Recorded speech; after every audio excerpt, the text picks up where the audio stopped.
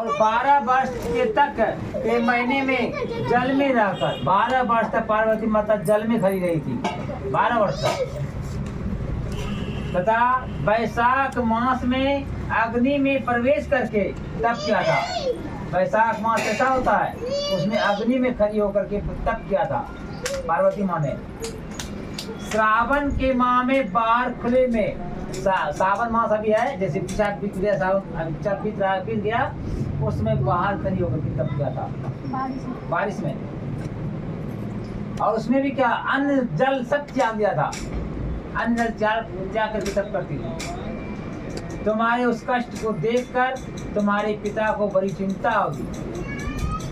हर पिता को चिंता होता है, जब पुत्री इतना कष्ट करती है, हर पिता को कष्ट होता है। वे चिंता तो रो करके सोचने लगे कि मैं इस कन्या की किसके साथ शादी करूं। इस अवसर पर देव योग से ब्रह्मा जी के पुत्र नारद जी वहां पर आते हैं। देवर्षि नारद ने तुम शैल पुत्री को देखा। ये शैल पुत्री कौन है? पार्वती माता। इसीलिए पहला पूजा दुर्गा पूजा में होता है शैल पुत्री का। मैंने अभी भी आपको ये सुनाए थे श्लोक, माता रानी का नौना। तो प्रथम जो है पुत्री शैल पुत्री है, वो हिमालय की पुत्री है। तो नारद जी ने क्या देखा, शैल पुत्री वहां पर देखे हिमालय पर्वत पर। तुम्हारे पिता हिमालय ने देवर्षि को अर्घ्य पाद्य आसन देकर सम्मानित सहित बैठाया, जैसे आदमी पंडितों को लोग बैठाते हैं, और कहा, हे मुनीश्वर, आपने यहाँ तक आने का कष्ट कैसे किया? किसने कहा? हिमालय ने। किससे कहा? नारद जी से। कहिए क्या आज्ञा है? नारद जी बोले, हे गिरिराज, गिरिराज किसका नाम है? हिमालय का। मैं विष्णु भगवान का भेजा हुआ यहाँ पर आया हूँ, मुझे विष्णु भगवान ने मुझे भेजा यहाँ पर। तुम मेरी बात सुनो, आप अपनी कन्या का उत्तम वर को दान करो। किसके साथ दान करो? ब्रह्मा, इंद्र, शिव आदि देवताओं में विष्णु भगवान के समान कोई भी उत्तम भगवान नहीं है। इसीलिए मेरे मत से आप अपनी कन्या का दान भगवान विष्णु को ही दे दो। तो हिमालय बोले, यदि भगवान वासुदेव स्वयं ही कन्या को ग्रहण करना चाहते हैं और इस कार्य के लिए मैं आपका आगमन हुआ है, तो वह मेरे लिए गौरव की बात है। मैं अवश्य विष्णु भगवान के साथ अपनी कन्या का शादी करेंगे।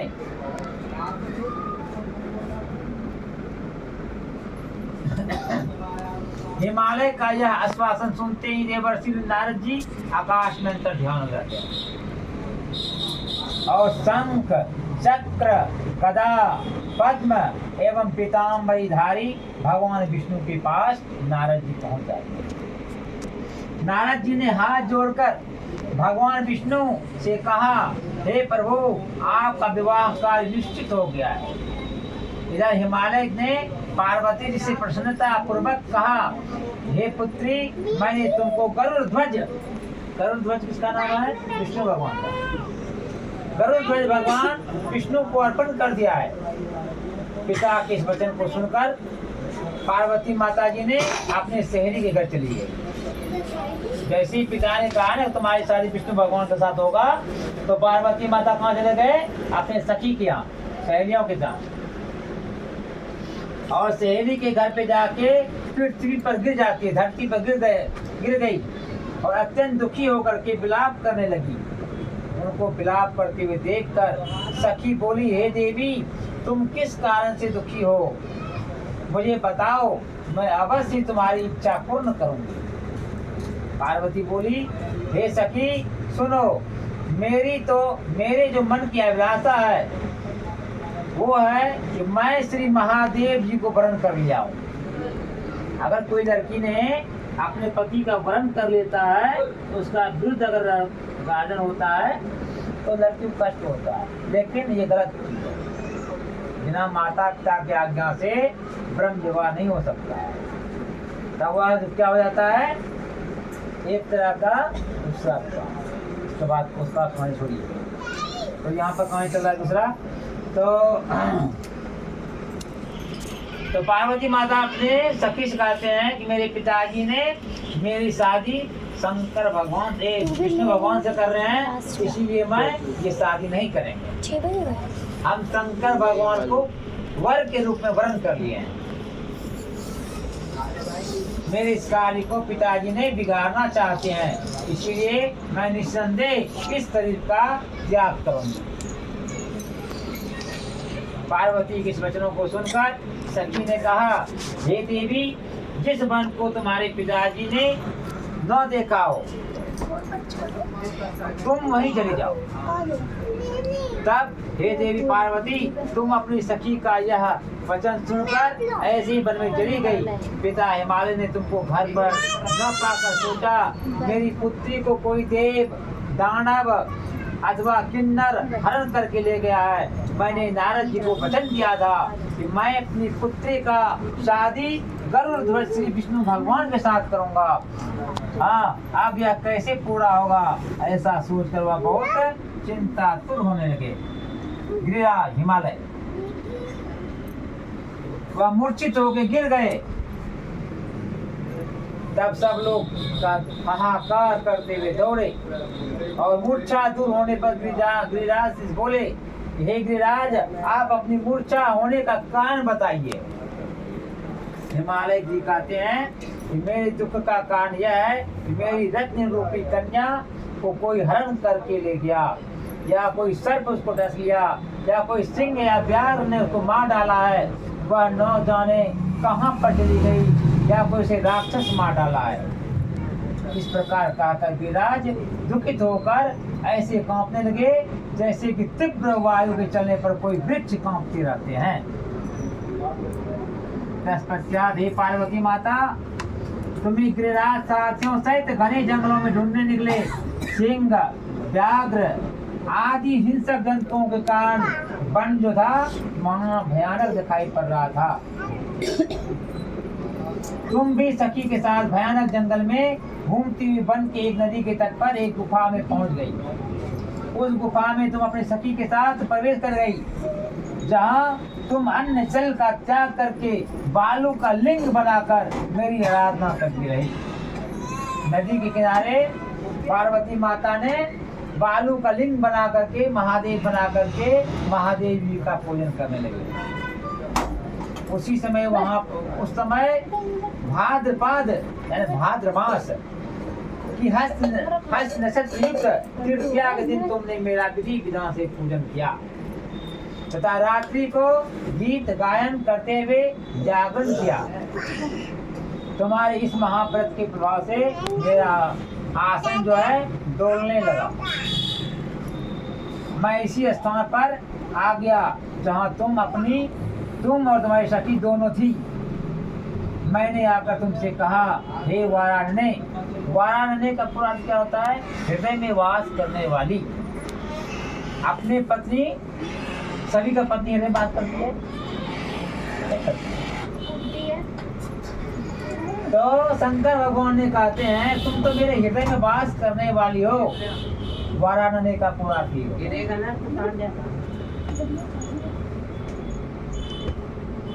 मैं तुमसे प्रसन्न हूँ, तुम मुझसे वरदान मांग। तब तुमने कहा, हे देव, यदि आप मुझसे प्रसन्न हैं तो आप महादेव जी ही मेरे पति हो। पार्वती माता कहते हैं, हे महादेव, अगर आप मेरे भक्ति से, मेरी आराधना से, मेरी तप से अगर आप प्रसन्न चित्त हैं तो आप मुझे एक वरदान दीजिए, आप मेरे पति बन जाइए। तब मैं तुम्हें तथा अस्तु कह करके यह वरदान दिया था, और यह कह करके मैं कैलाश पर्वत पर चला गया। और तुमने प्रभात पर होता है सुबह होते ही मेरे उस बालू की प्रतिमा को नदी में तुमने विसर्जन कर दिया। जैसे आज कल तक आज सुबह होगा, उस समय आप लोग अपना जो बनाया है पार्वती विसर्जन कर दिया। हे शंभो, तुमने यहाँ अपनी सखी सहित व्रत का पालन किया इतने में तुम्हारे पिता हिमवान भी तुम्हें ढूंढते ढूंढते उसी घने जंगल में आ पहुंचे। उस समय उन्होंने नदी के तट पर 2 कन्याओं को देखा तो वो तुम्हारे पास आ गए और तुम्हें हृदय से लगाकर रोने लगे। हिमवान गिरिराज जी अपने पुत्री को पा करके हृदय से लगाए और लगा करके रोने लगे और बोले, बेटी तुम इस सिंह व्याघ्र युक्त घने जंगल में क्यों चली आई? तुमने कहा हे पिता मैंने पहले ही अपना शरीर शंकर भगवान जी को समर्पित कर दिया था, किंतु आपने इसके विपरीत कार्य किया, इसीलिए मैं वन में चली आई। ऐसा सुनकर हिमवान ने तुमसे कहा, मैं तुम्हारी इच्छा के कार्य नहीं करूंगा। तब वे तुम्हें लेकर के घर को आए और तुम्हारा विवाह मेरे साथ कर दिया। हे प्रिय, इसी व्रत के प्रभाव से तुमको मेरा अर्धासन प्राप्त हुआ है। इस व्रत राज को मैंने भी अभी तक किसी के सम्मुख वर्णन या किसी को नहीं बताया है। हे देवी, अब मैं तुम्हें यह बताता हूँ, इस व्रत का नाम हरिताल का क्यों पड़ा। तुमको सखी ने हरण करके ले गई थी, इसीलिए इस व्रत का नाम हरिताल का पड़ा। पार्वती जी बोली, हे स्वामी, आपने इस व्रत राज का नाम तो बता दिया, किंतु मुझे इसकी विधि एवं फल भी बताइए। इसके करने से किस फल की प्राप्ति होती है। तब शंकर भगवान कहते हैं कि स्त्री जाति के अनुयुक्त व्रत की विधि सुनिए। सौभाग्य की इच्छा रखने के लिए, सौभाग्यशाली बनने के लिए स्त्रियां इस व्रत को विधि पूर्वक करें।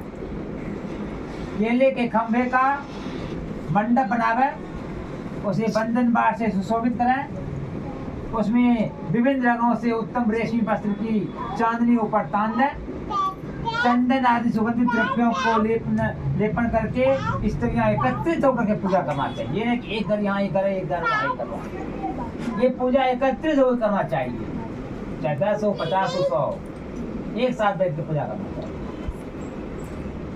इसीलिए कहा गया एकत्रित। शंख भरी मृदंग आदि बजावे, विधि पूर्वक मंगलाचार करके श्री गौरी शंकर भगवान की बालू निर्मित प्रतिमा स्थापित करें। फिर भगवान शिव पार्वती जी का गंध, पुष्प, धूप आदि से विधि पूर्वक पूजन करें। अनेकों नैवेद्य जितना भी आप लगा सकते हैं, किसी भी तरह का सब नैवेद्य चलता है। शंकर भगवान सब भारी हैं, शंकर भगवान को कुछ भी चढ़ाइए सब ग्रहण करते हैं।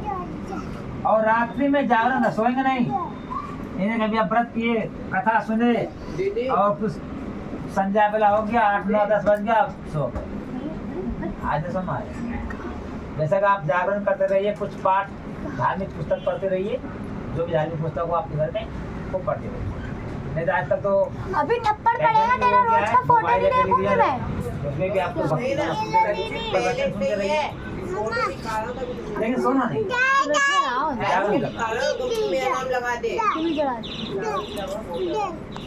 नारियल, सुपारी, जमुरी, नींबू, लौंग, अनार, नारंगी, जो भी ऋतु फल है तथा फूलों को एकत्रित करके धूप दीप आदि से पूजा करके कहते हैं, हे कल्याण स्वरूप शिव, हे मंगल रूप शिव, हे मंगल रूप महेश्वरी, हे शिवे, सब कामनाओं को देने वाली कल्याण रूप तुम्हें मैं प्रणाम करते हैं। कल्याण स्वरूप माता पार्वती, हम तुम्हें नमस्कार करते हैं। भगवान शंकर जी को सदैव नमस्कार करते हैं। हे ब्रह्म रूपणी माता भगवती, माता पार्वती, माता सरस्वती, माता लक्ष्मी, जितनी भी देवी हैं सभी आते हैं इसमें। ब्रह्म स्वरूपणी में है, ब्रह्म है, ब्रह्म का कोई न जन्म है न कोई अंत, इसलिए उसके ब्रह्म का ब्रह्म स्वरूपणी, जगत का पालन करने वाली माँ आपको नमस्कार है। हे सिंह वाहिनी, मैं सांसारिक भय से व्याकुल हूँ, तुम मेरी रक्षा करो। हे महेश्वरी, मैंने इस अभिलाषा से आपका पूजन किया है, हे पार्वती माता, आप मेरे ऊपर प्रसन्न होकर मुझे सुख और सौभाग्य प्रदान कीजिए। और सौभाग्य मीन्स क्या होता है? सुहागवती। तो हम सुहागवती रहें और सुहागवती ही जाएं, ऐसा मन में प्रण करना चाहिए कि हम सुहागवती हैं, सुहागवती रहेंगे और सुहागवती बन के ही जाएंगे। ऐसा शंकर भगवान से प्रार्थना करना चाहिए। इस प्रकार के शब्दों द्वारा ओम से शंकर भगवान का पूजन करें। विधि पूर्वक कथा सुनकर गौ वस्त्र, आभूषण या ब्राह्मण को दान करें। इस प्रकार से व्रत करने वाले के सभी पाप क्या होते हैं? नष्ट हो जाते हैं। बोलो उमापति महादेव की जय। फूल रखी जाए, आरती करेगा। हो गया पाठ। और अपने बातों में सोम करिए, या सुबह पढ़ करिए आरती। मम्मी। कथा बात आरती